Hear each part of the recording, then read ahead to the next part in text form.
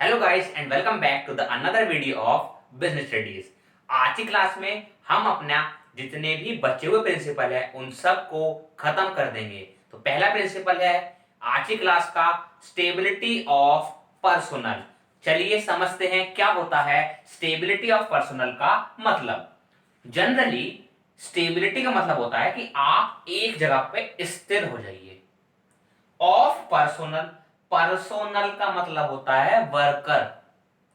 अब फेयोल ये कहते हैं कि आप अपनी ऑर्गेनाइजेशन के अंदर जिस भी वर्कर को बाहर से लेके आए हो, जिसे भी आपने जॉब दी है, आप उसे स्टेबल कर दीजिए कुछ टाइम पीरियड के लिए। मतलब उसकी जॉब को बार बार चेंज मत करो, उसे वहीं छोड़ दो कुछ टाइम के लिए, तभी वो आपको बेटर रिजल्ट दिखा पाएगा, वरना वो आपको बेटर रिजल्ट कभी भी नहीं दिखा सकता।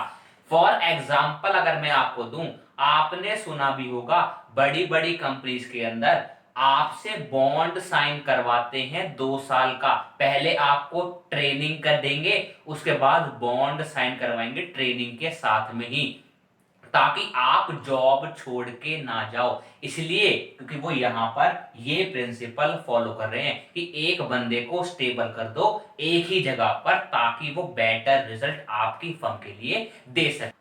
चलो अब मैं आपको स्टेबिलिटी ऑफ पर्सोनल का एक अच्छा सा एग्जांपल देता हूं, जिससे आपको और ज्यादा क्लियरिटी होगी। मान लीजिए एक फर्म है, लेकिन उसके डिपार्टमेंट बहुत सारे हैं या फिर बहुत ज्यादा जगहों पे वो ऑपरेट होता है। मान लीजिए एक एरिया ये है, ये मान लो मोदी नगर है, यही मान लो यहां पे दिल्ली आ गया, यही मान लीजिए आपका मेरठ आ गया, ठीक है जी। यही मान लीजिए आपका आगे जाके थोड़ा और सहारनपुर आ गया। ये 4 जगहों पे आपकी फर्म काम कर रही है। अब मान लीजिए एक वर्कर मोदीनगर वाली फर्म में पहले काम कर रहा था, आपने एक वीक के अंदर ही उसका ट्रांसफर कर दे दिल्ली में, फिर कुछ दिनों बाद उसे मेरठ भेज दिया, फिर कुछ दिनों बाद सहारनपुर भेज दिया, फिर कुछ दिनों बाद दोबारा मोदीनगर में लिया है। तो इससे होगा क्या? इससे ये होगा कि ये वर्कर अपने माइंड को कहीं पर भी स्टेबल नहीं कर पाएगा। जैसे ही वो मोदीनगर वाली फर्म में एडजस्ट होना सीख रहा था या हो भी गया था, तुरंत उसे भेज दिया दिल्ली में। यहाँ पे उसे एडजस्ट होने में थोड़ा टाइम लगेगा, उसे तुरंत भेज दिया मेरठ में। यहाँ पे वो जैसे ही एडजस्ट होता फिर भेज दिया Saharanpur.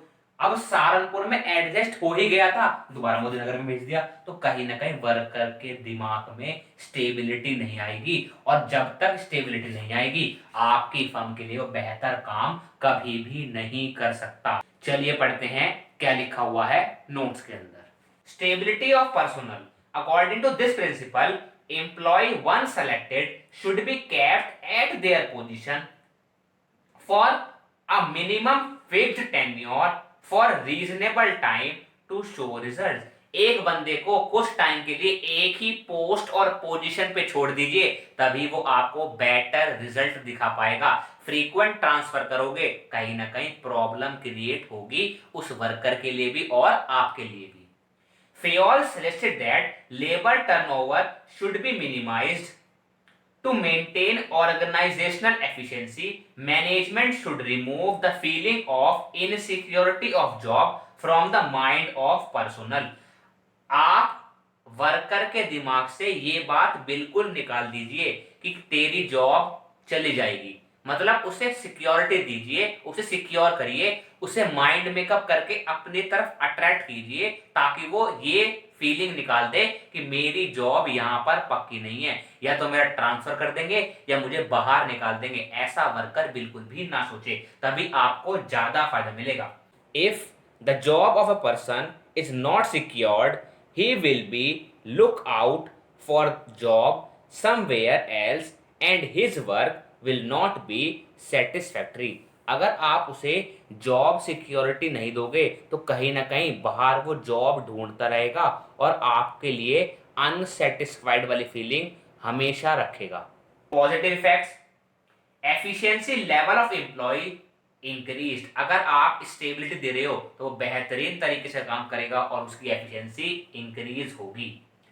Employees get job security और उसे इन रिटर्न में जॉब सिक्योरिटी भी मिल जाएगी, ये भी एक बेहतर की बात है उसके लिए। Negative effect, employ will not develop multi skill.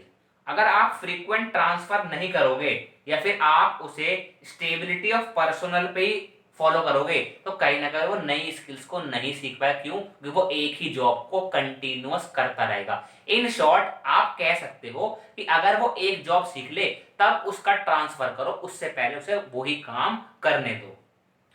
Increase labour turnover, आपका labour turnover, labour output ratio बढ़ जाएगा अगर आप बार बार ट्रांसफर करोगे। क्यों? क्योंकि आपने उसे एक काम सिखाया, फिर उसे कहीं और भेज दिया, फिर काम सिखा रहे हो, फिर खर्चा आएगा, तो कहीं ना कहीं आपको इसका भी ध्यान रखना पड़ेगा। चलिए अब समझते हैं अपना अगला प्रिंसिपल, नाम है इनिशिएटिव।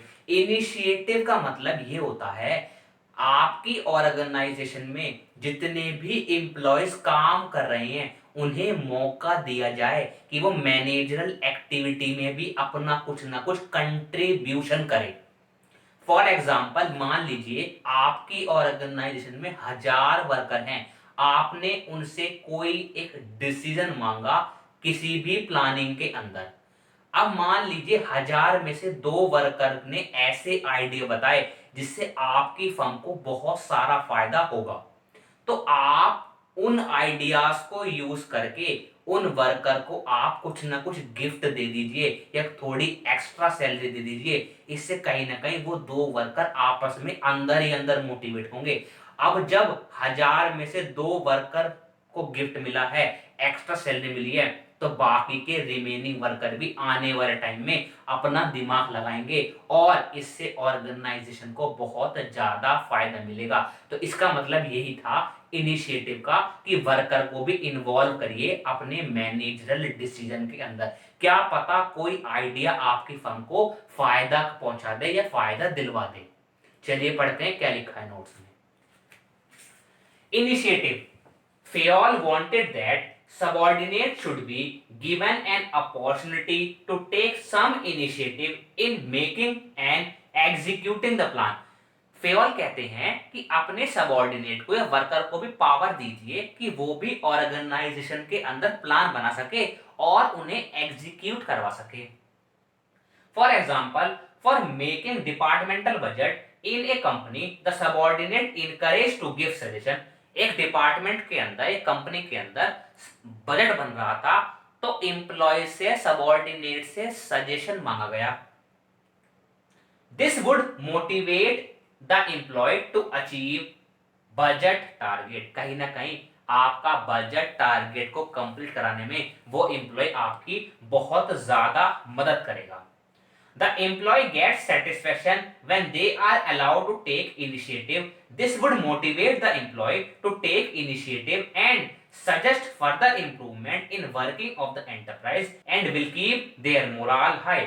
अगर एक ऑर्गेनाइजेशन के अंदर वर्कर को एज अ इनिशिएटिव लिया जा रहा है, एज अ वर्कर को इन्वॉल्व कर रही हैं डिसीजन लेने के अंदर, तो कहीं ना कहीं वो आपको ज्यादा बेहतर तरीके से बता पाएगा कि कहां पर क्या कमी है। क्योंकि at the end worker he factory के अंदर काम करता है, उसे ही पता रहता है कि कैसे गलती हो रही है और कैसे वो इम्प्रूव हो सकती है। इसलिए वर्कर को इन्वॉल्व करना बहुत ही ज्यादा जरूरी है एक फर्म के लिए, ताकि एक फर्म ज्यादा से ज्यादा आउटपुट गेन कर सके। Positive effect, psychological satisfaction of employ. कहीं ना कहीं आपका एम्प्लॉय साइकोलॉजिकली सेटिस्फाइड रहेगा क्योंकि उसका आइडिया सेलेक्ट हुआ है, उसे मैनेजर वाला काम करने को मिला है, तो कहीं ना कहीं वो मोटिवेटेड फील करेगा। नेक्स्ट है मोटिवेशन लेवल इज इंक्रीज। अब एक वर्कर को मैनेजर वाला काम मिल गया तो कहीं ना कहीं वो मोटिवेट रहेगा, खुश रहेगा। Negative effect, the full potential of employ will not be use. अगर आप इनिशिएटिव फॉलो नहीं कर रहे तो आप एम्प्लॉय का जो भी उसका बेस्ट दे सकता है वो आप उसे कहीं ना कहीं छोड़ दोगे। Next, employees will feel frustrated. अगर आप अपने वर्कर को एज अ वर्कर ही ट्रीट करोगे तो कहीं ना कहीं वो फ्रस्ट्रेटेड रहेगा, अच्छे तरीके से काम नहीं कर पाएगा। अगला प्रिंसिपल है आपका स्पिरिट डी कॉप और यूनिटी ऑफ स्ट्रेंथ भी आप इसे बोल सकते हैं।